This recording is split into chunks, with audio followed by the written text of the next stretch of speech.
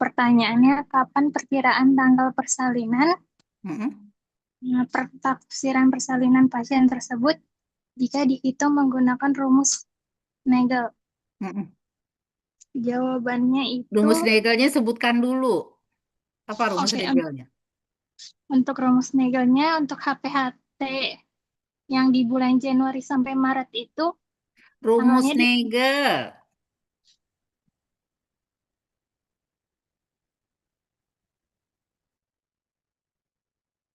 Rumusnya apa dulu? Kalau kamu tahu jawabannya, berarti kamu tahu dong rumusnya. Sebutkan dulu rumusnya.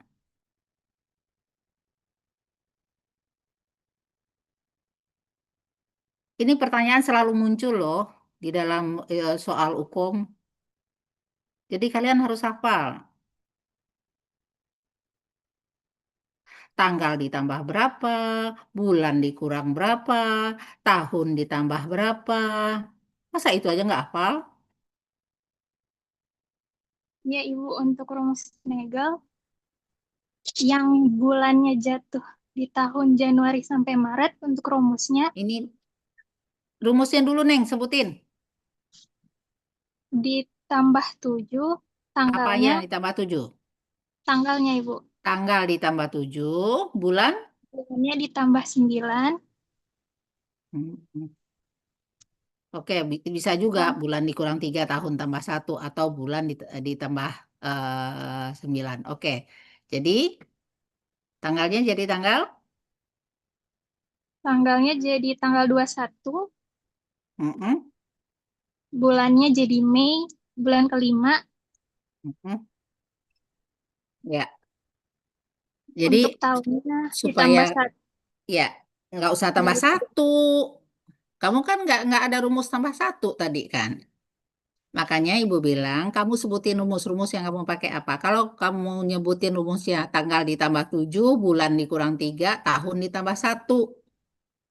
Tapi kalau sebutkan tanggal tambah 7, bulan ditambah 9, udah selesai.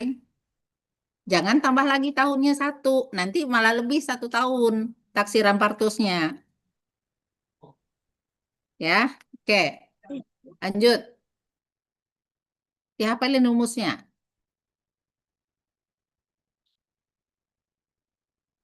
Raihanisa.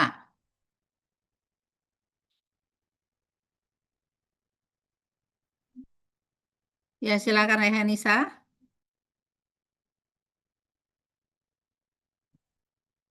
Izin masuk, Ibu.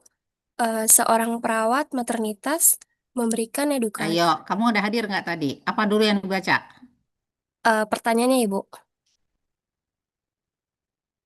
manakah vaksin berikut yang harus diinformasikan aman oleh perawat? Dari soalnya, perawat maternitas memberikan edukasi kesehatan kepada sekelompok ibu hamil trimester pertama mengenai jenis vaksin yang aman diterima selama masa kehamilan. Itu jawabannya yang C, Ibu. Pertussis aseluler. Mm-mm.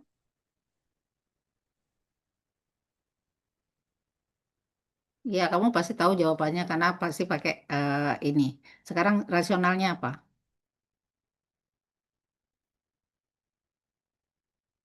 Kenapa vaksin itu jadi bisa aman buat ibu hamil?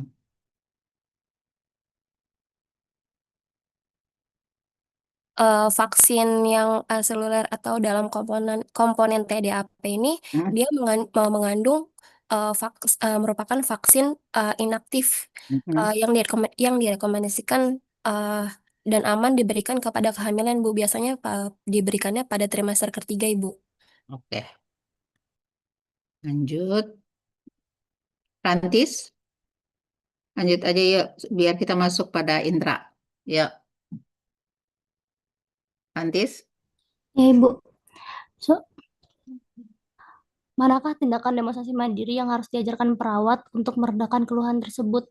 Keluhannya itu pasien sering mengalami kram yang menyakitkan. Yuk, baca yang benar. Keluhan apa?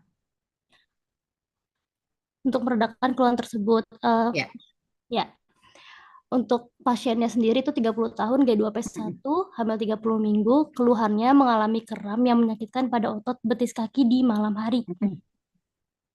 Untuk jawabannya yang B, Ibu. Kenapa yang B? Melakukan dorsofleksi kaki, menarik jari kaki ke atas dulu secara perlahan. Mm-mm. Karena kalau misalkan melakukan dorsofleksi, itu otot gastroneck bisa teregang. Kalau misalkan yang C, yang plantar fleksi itu justru bisa memperberat keramnya, Ibu. Hmm. Kenapa bisa memperberat?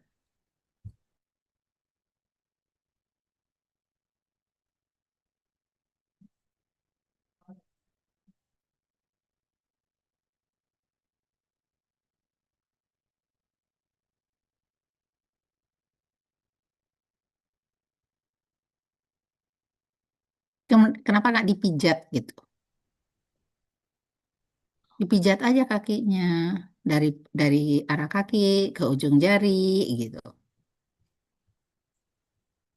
Kenapa harus dorsofleksi?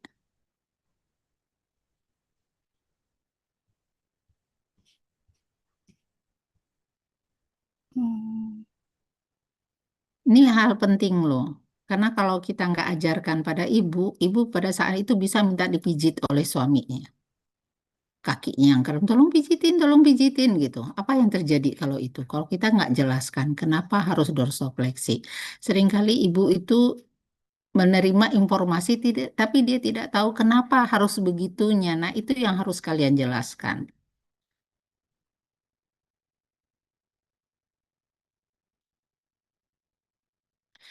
Nah, ini juga nanti edukasi kalian pada ibu hamil bahwa selama kehamilan ibu itu boleh masas, tapi masasnya itu harus lembut.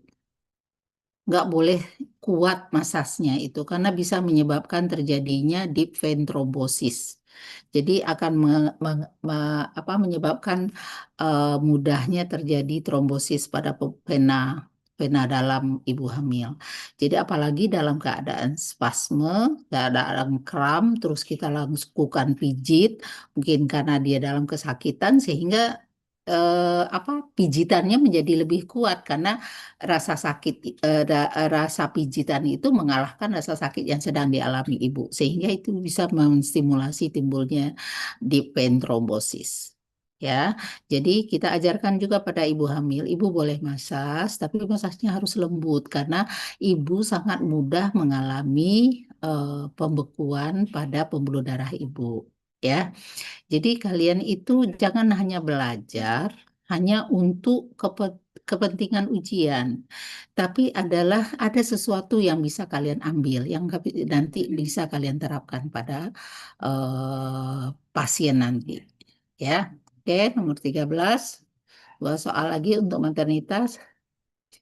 Safira, silakan Safira Ayunda.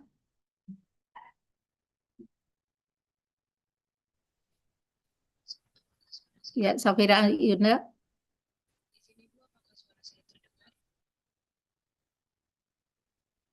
Ya,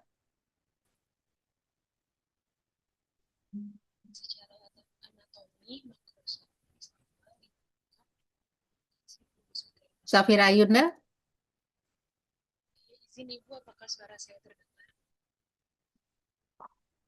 Banyak yang nggak hadir, hanya hadir namanya aja di Zoom ya.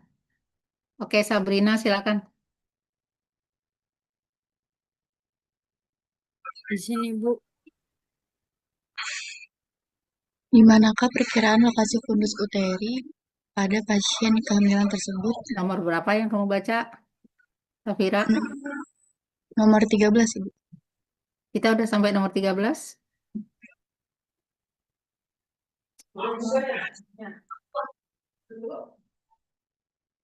Kamu dari mana barusan? Kamu dengerin nggak yang tadi terakhir?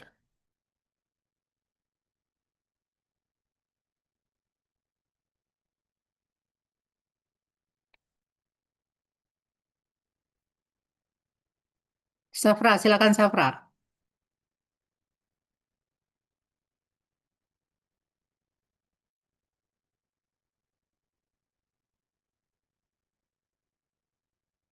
Ya, Safra silakan Safra.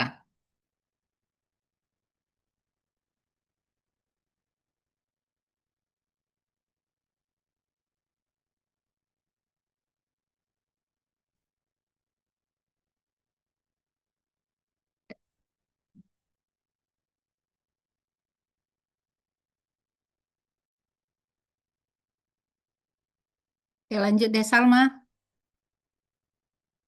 Ya baik Ibu, ini nomor 13 ya Bu. 13 ya, silakan. Ya, pertanyaannya di manakah perkiraan lokasi fundus uteri pasien pada usia kehamilan tersebut? Kalau dilihat dari soalnya, pasien ini hamil 26 minggu atau akhir trimester kedua, terus juga pengukuran tinggi fundus uteri menggunakan akan melakukan pengukuran tinggi fundus uteri menggunakan pitameter. Mm-mm.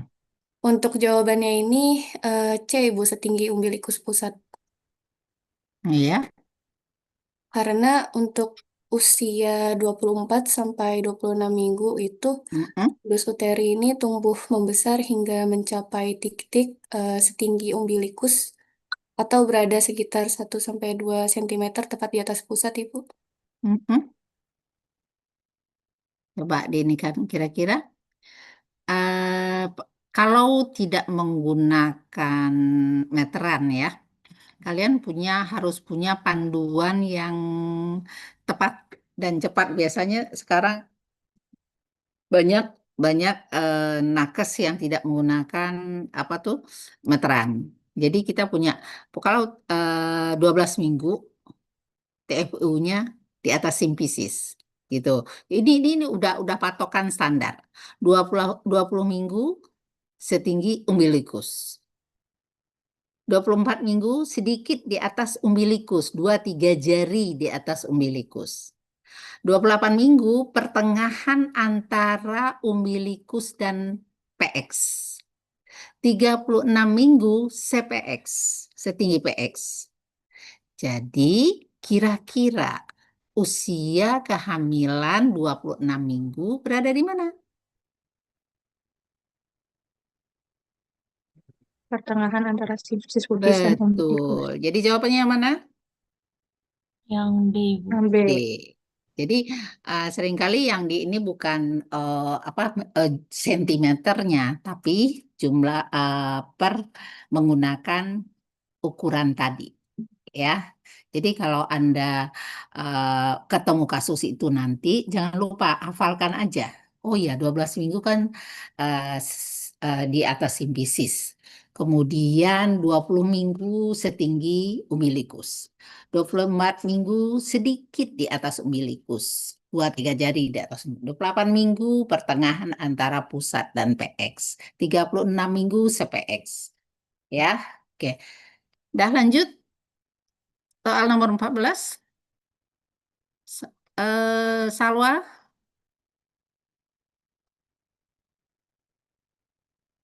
Hadir Ibu. ya silakan. Apakah kesimpulan kondisi yang tepat pada pasien ini? Pertanyaannya, soalnya seorang perempuan berusia 28 tahun, G1 P0A0, hamil 38 minggu, datang ke klinik mengeluh perutnya terasa kencang, bergantian namun hilang saat dibawa jalan. Hasil pemeriksaan dalam serviks masih tertutup, tebal, lunak, dan tidak ada pengeluaran lendir darah. Apakah kesimpulan kondisi yang tepat pada pasien? Jawabannya, Jawabannya apa? jawabannya C, Ibu. Tanda Iya. persalinan palsu karena kalau Mm-mm. fase laten ini kan udah ada pembukaan 4 cm ya. Mm-mm. Nah, sedangkan di sini serviksnya Mm-mm. masih tertutup, masih tebal, terus lunak dan Mm-mm. tidak ada pengeluaran lendir darah, jadi tanda persalinan Mm. palsu. Iya. Terus tanda-tanda eh, tanda-tanda persalinan benernya emang apa? Kenapa dikatakan face labor? Kalau tanda persalinan asli itu ada kontraksi, terus Pembukaan, Ibu. Mm-mm. Pembukaan dan bercak darah, disertai bercak lendir darah. Oke, ini belum ada ya. Belum ada pembukaan. Oke. Dan biasanya belum teratur, ya. Dan belum disertai rasa sakit, ya. Jadi Braxton Hicks itu hanya kenceng aja, nggak ada rasa sakit, gitu. Cuman ibu ngerasa kenceng-kenceng, ya. Nah, kalau sudah itu tanda-tanda persalinan asli, dia semakin frekuensinya jelas. Jadi antara 10 menit sekali, 10 menit 2 kali. Jadi ada frekuensi. Kalau Braxton Hicks enggak, ya belum belum ada. Jadi hilang timbul biasa. Oke, soal terakhir untuk antenatal. Oke, Tarisa, silakan. Iya, Bu. Mm-mm.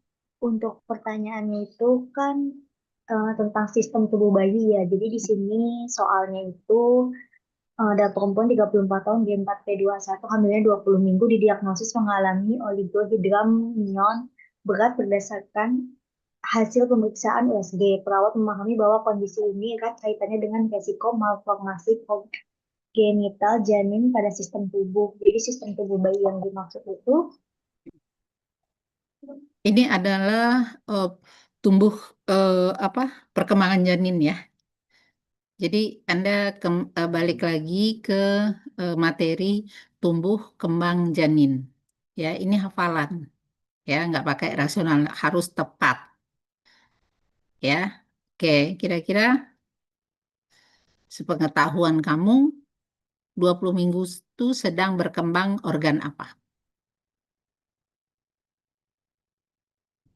Ya apa-apa kalau nggak ingat karena ini memang hafalan ya. Nah, biasanya eh, pada apa 20 minggu ini yang sedang berkembang adalah sistem perkemihan. Jadi akan terjadi agenesis ginjal. Ya, ini hafalan. Nah, kenapa sekarang masalahnya kalau air ketubannya berkurang, oligohidramnion kan kurang ya. Nah, pada saat terjadi perkembangan apa kandung kemih sudah terbentuk, maka janin itu akan memproduksi urin, dikeluarkan ke dalam apa ke dalam urinnya dikeluarkan lagi ke dalam air ketuban. Jadi air ketuban itu bersirkulasi ya, ditelan sama dia masuk sirkulasi janin, janin memproduksi urin seperti itulah yang terjadi. Tapi karena tidak berkembangnya ginjal tadi, terjadilah penyusutan apa cairan amnion ya. Jadi kalau ibu mengalami oligohidramnion pada kehamilan trimester 2, dicurigai adanya agenesis dari ginjal. Ya. Oke, sekarang kita masuk ke ibu hanya bahas antenatal dan intra. Untuk postnatal dan ginek akan sudah dibahas sama Bu Ita ya. Udah masuk Bu Ita. Halo? Sudah, Ibu. Udah, oke. Nah, sekarang kita masuk intra. Sania Hasanah. Baik.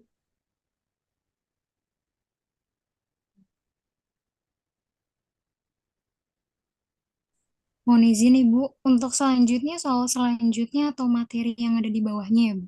Iya, Materi yang ada di bawahnya Bu? emang cuma sampai 15 soal yang Ibu share. Oh enggak Ibu, ada banyak Ibu, namun di bawahnya tadi ada materi juga. Enggak usah.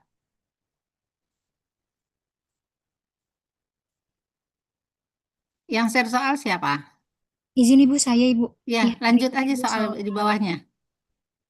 Ya baik Ibu. Izin. Itu soalnya apakah tindakan keperawatan utama untuk mengatasi nyeri pasien, di mana di situ soal perempuan berusia 25 tahun, infarktukala 1 fase aktif, sudah terjadi pembukaan serviks 7 cm, penipis 80%, kepala di station 0, ketubannya utuh, dan pasien berteriak histeris. mencengkram tangan suaminya dan mengatakan tidak sanggup menahan nyeri kontraksi. Maka dari itu dilakukan jawabannya B, yaitu memandu teknik pernapasan dalam terkendali dan melakukan teknik contraction pada area sacrum untuk mengurangi nyerinya, Ibu. Ya, alasannya apa?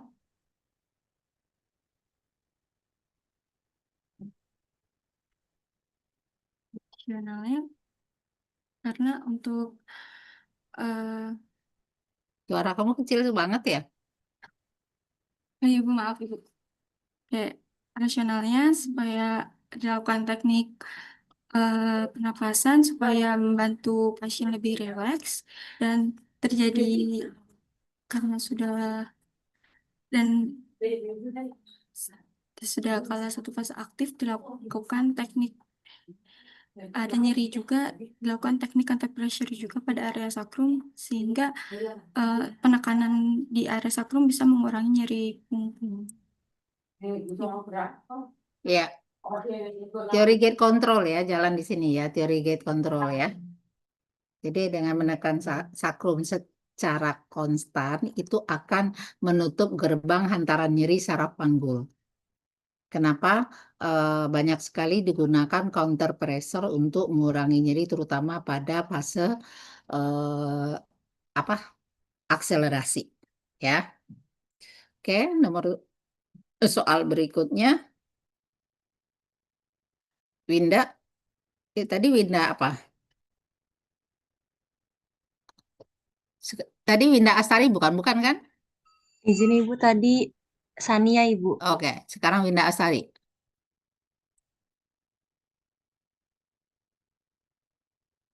Apakah tindakan prioritas pertama yang harus dilakukan perawat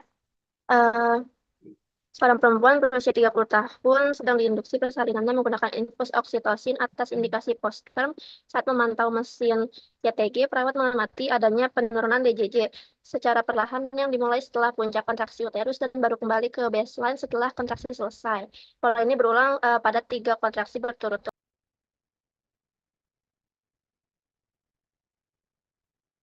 Jawabannya itu yang B, Ibu. Ya, Menghentikan kenapa? infus oksitosin segera. Kenapa? Yang B, Ibu, menghentikan aliran infus Iya, oksitosin. kenapa? Jawabannya B.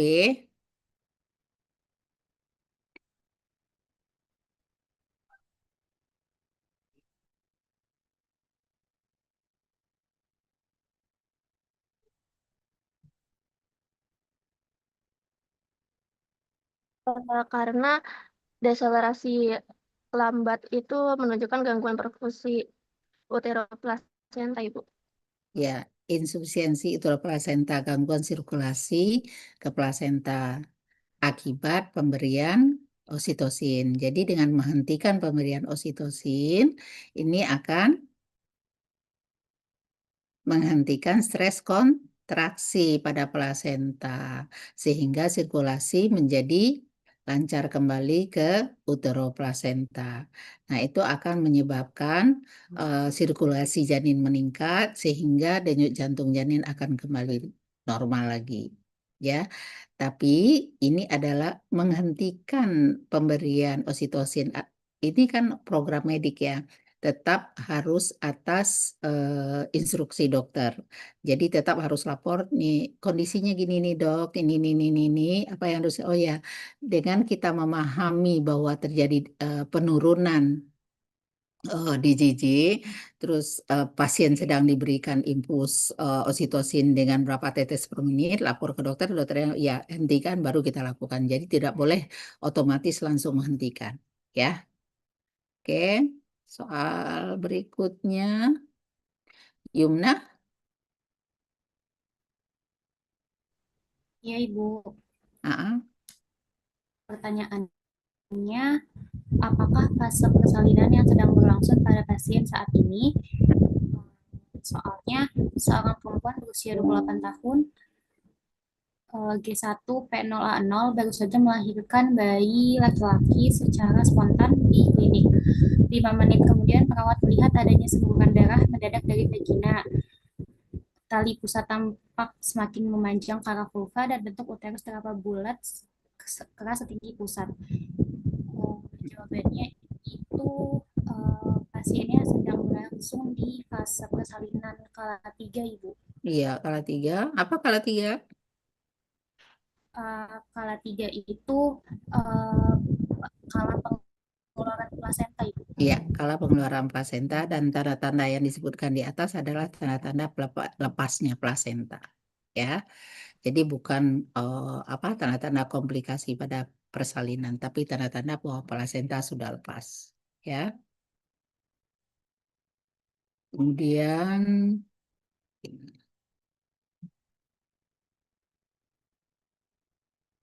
Talita, mana Talita? Ya, Ibu. Ya, silakan Talita. Soal berikutnya. Apakah instruksi keperawatan yang paling tepat? Jadi instruksi Seorang, keperawatan ya. Lanjut. seorang perempuan berusia 29 tahun, G2P110, datang ke kamar persalinan puskesmas dengan keluhan kencang-kencang yang sangat sering. Hasil pemeriksaan dalamnya itu pembukaan serviks 9, penipisan 100%, kepala di stasiun plus 2, ketuban sudah pecah jernih, pasien menangis dan berulang kali mengajukan ke bawah karena merasa dorongan BAB yang tidak tertahankan. Jawabannya itu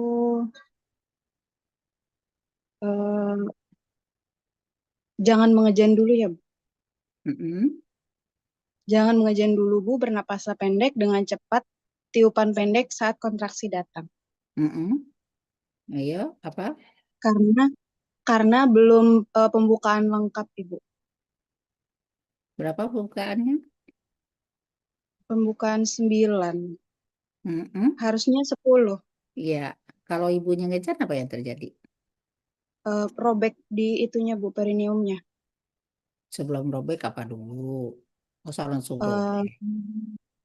Sebelum robek itu Edema dulu. edema, iya edema, Bu. Edema dulu. Edema serviks. Nah, terus ibunya capek karena antara pembukaan 9 dan 10 itu bisa berjarak 30 cm. Coba dalam 30 menit.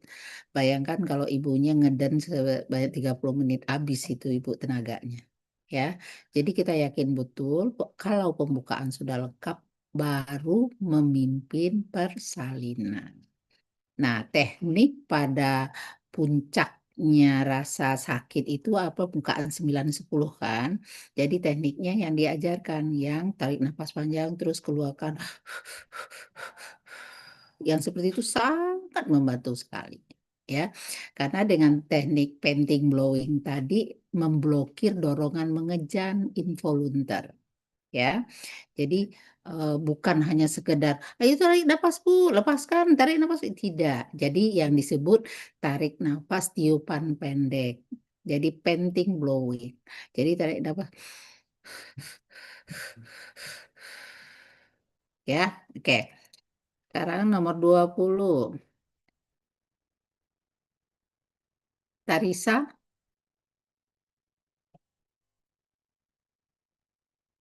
Ya, Tarisa silakan Tarisa. Tarisa, Bu. Tarisa ya. Tadi kan Talita, sekarang Tarisa. Tadi Tarisa, Bu. Oh, berarti sekarang Talita. Izin, Bu. Tadi Talita dan sebelumnya Tarisa juga udah, Ibu. Oh, udah. Oke. Karena yang masuk berada makin berkurang soalnya. Stefani deh, Stefani. Ya, izin Ibu, apakah tindakan awal yang harus segera dilakukan oleh perawat? Di sini seorang perempuan berusia 32 tahun baru saja menyelesaikan kala 3 persalinan per vagina.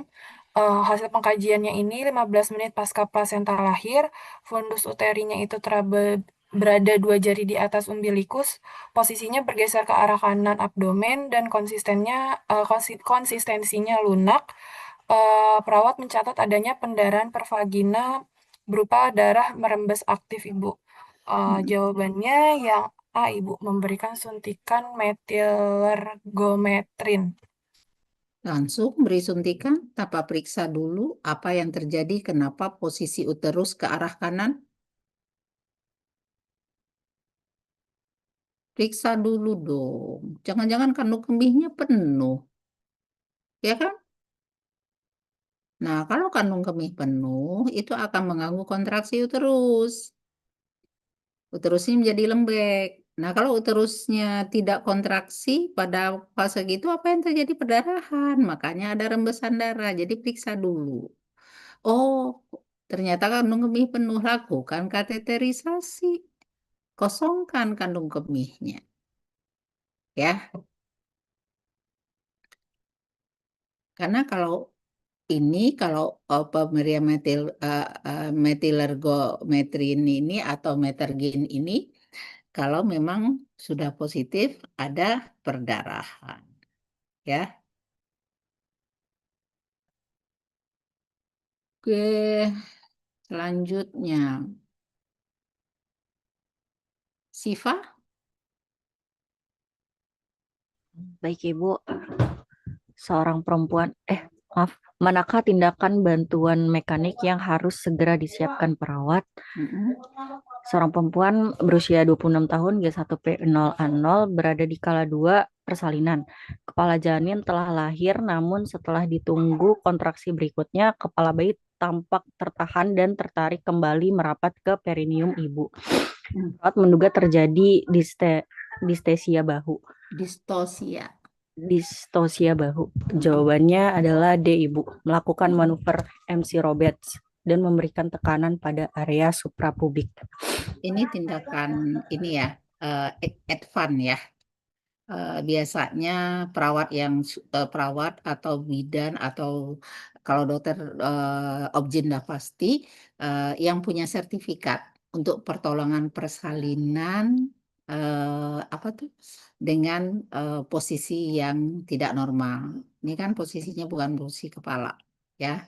Jadi biasanya oke, jawaban kamu benar, tapi ini adalah tindakan advance. Biasanya kalian tidak akan melakukan ini di lapangan kalau seandainya kalian itu dinas di kamar bersalin, ya.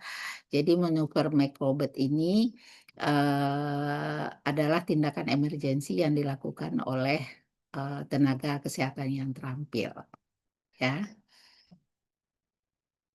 Karena kalau tidak, ini bisa menyebabkan terjadinya ruptur uteri, ya. Oke, soal selanjutnya Salma Zahara. Tadi saya udah Bu, ini lagi. Udah. Oke, yang Iya. belum lah, yang lagi tidur kita bangunin ya. Safira Ayunda udah ya. Maula Karimah. Ya, silakan Maula. Iya, Ibu. Maaf, Bu, sebentar. Pertanyaannya adalah, apakah penyebab fisiologis dari pola deselerasi tersebut? Soalnya, perawat pelaksana di kamar bersalin sedang menginterpretasikan hasil rekaman CTG seorang pasien infarktu. Perawat menemukan adanya penurunan JJJ yang mendadak berbentuk tajam menyerupai huruf V atau huruf U. Tidak sinkron dengan pola kontraksi dan turun hingga mencapai 90 kali per menit. Sebelum kembali ke baseline dengan cepat. Jawabannya kompresi pada tali pusat janin atau cord compression. Karena penjelasannya itu karena pola deselerasi yang dijelaskan di soal itu berbentuk V atau U dan tidak sinkron dengan kontraksi yang merupakan karakteristik dari deselerasi variabel. Terus? Jadinya dikompresi, Bu. Kompresi pada apa? Kompresi pada tali pusat janin atau cord compression. Terus kenapa kalau terjadi kompresi tali pusat janin kenapa mengganggu DJJ ya? Apa urusannya tali pusat janin dengan DJJ?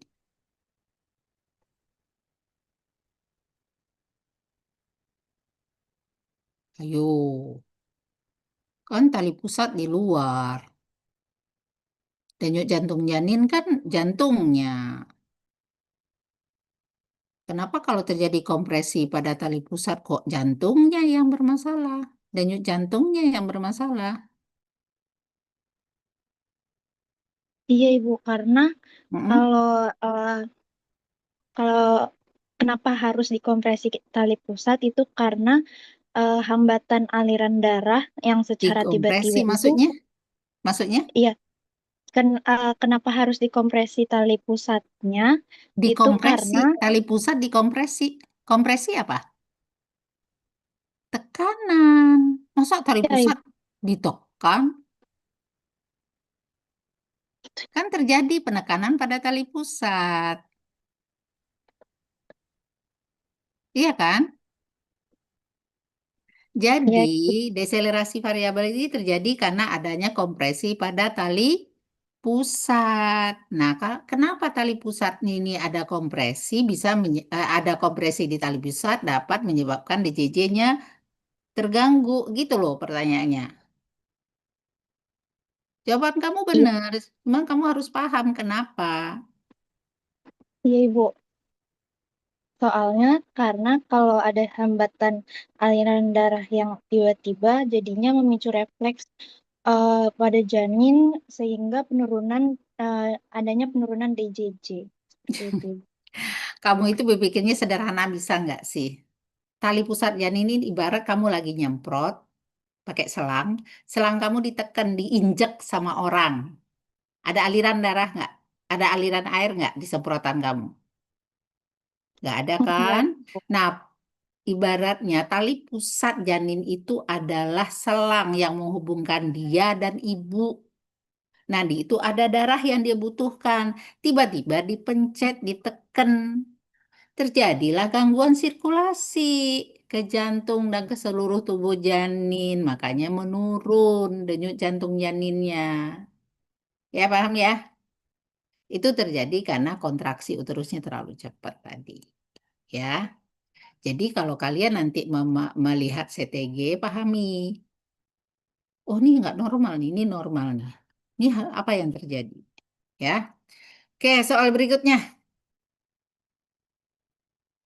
Hmm, Rizka Permata Oktaviani. Baik, Ibu. Pertanyaannya, apakah komplikasi intrapartum yang utama yang sedang dialami pasien? Jadi pasiennya ini usia 24 tahun, G1P0A0, hamil 39 minggu. Udah KPD sejak 26 jam yang lalu sebelum masuk rumah sakit. Terus suhunya itu 38,7. Terus dari cairan vaginanya ini keluar berwarna keruh dan berbau menyengat. Jadi jawabannya itu korioamniotis atau infeksi intrauterin, Ibu, karena di sini suhunya itu udah Oke, 38,7 Bu, yang suhu. mana Terus apa lagi?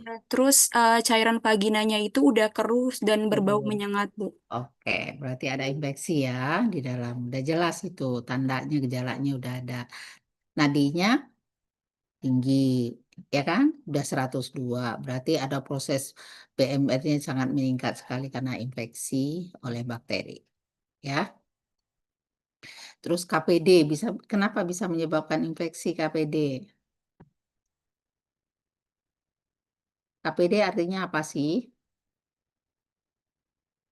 Ketuban pecah dini, Bu. Iya, itu panjangnya. Saya juga tahu KPD ketuban pecah dini. Apa itu ketuban pecah dini? Sekarang KPSW namanya. Ketuban pecah sebelum waktunya. Nggak KPD lagi. Cuman kenapa ya pasien KPD pasti dapat antibiotik? Bu, udah pecah ketubannya. Oh, pembukaan baru 5 cm. Ya. Oh ya, kasih antibiotik. Gitu. Karena fungsi perlindungan sudah nggak ada. Ketubannya selaput ketubannya sudah pecah. Jadi bakteri gampang masuk ke dalam. Bakteri yang ada di vagina itu bisa langsung masuk ke dalam uterus. Ya, makanya begitu ketuban udah pecah, dalam 24 jam bayi harus dilahirkan. Oke, lanjut. Risti Diana?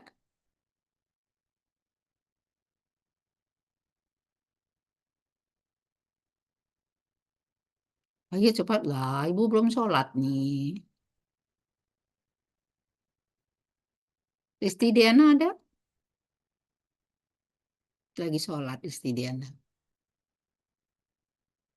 Risma Pinkandita? Izin Ibu, apakah suara saya terdengar? Ya, ya. Ya, pertanyaan di sini, apakah tindakan segera yang wajib dilakukan? Mm-mm. Pertanyaannya, seorang perempuan berusia 27 tahun, G2P1A0, dirawat dengan induksi infus oksitosin. Perawat melakukan evaluasi kontraksi uterus dan mendapatkan hasil kontraksi terjadi setiap 90 detik sekali dengan durasi lamanya kontraksi mencapai 105 detik Ya, dan rahim tidak kembali refleks atau nih lunak di sebentar antara lagi nih. dua Ya gelombang. lanjut. Ya, jawabannya itu Ya lanjut. yang C, Bu, menghentikan aliran infus oksitosin segera. Kan ditemukan di sini kontrasinya itu setiap 90 detik ya, Bu. Terus durasinya juga 105. Dan rahimnya juga tidak relaks di antara dua gelombang kontraksi. Udah bubar. Belum, tasku masih di sana. Bentar. Tunggu. Coba Bang. Iya. Mau tidur. Oke, jadi jawabnya menghentikan aliran infus oksitosin segera. Ya. Oke, kenapa aliran infus oksitosin harus dihentikan?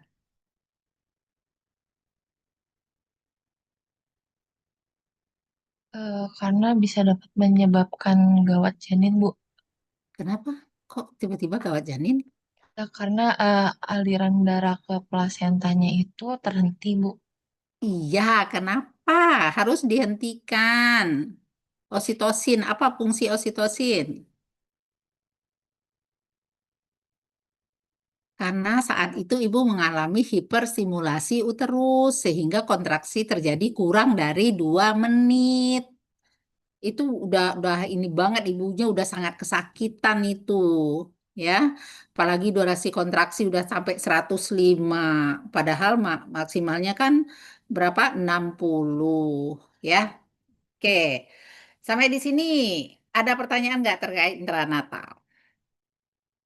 Banyak latihan ya, itu soalnya masih ada. Banyak latihan, karena soal yang paling sering itu Anda jatuhnya di soal maternitas, karena nggak semua tertarik dengan maternitas. Kalau KMB, anak, komunitas Anda tertarik, tapi maternitas sangat sedikit yang tertarik. Jadi banyak jatuhnya dari hasil analisa soal, analisa ujian UKOM, banyak jatuhnya di soal maternitas. Jadi sekarang suka nggak suka, Anda harus paham, harus ngerti, persiapkan diri, itu aja.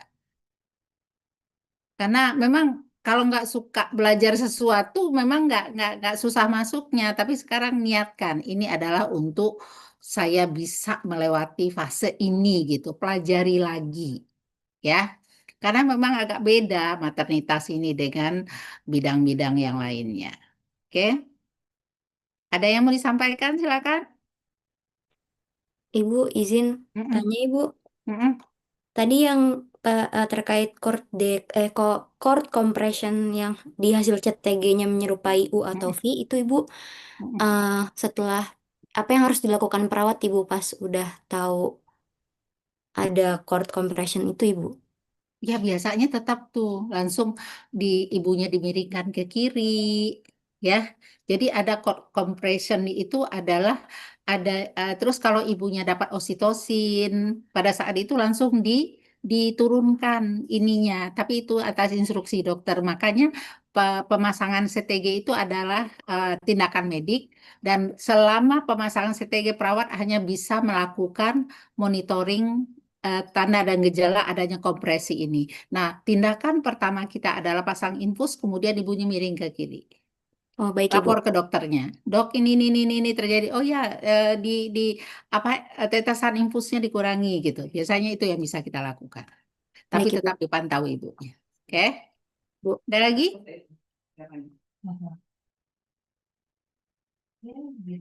Kalau tidak ada, Ibu rasa cukup. Terima kasih. Selamat menempuh ujian UKOM. Semoga semua bisa lulus 100%. Ya. Namanya Yuk. Ibu. Oke, silakan.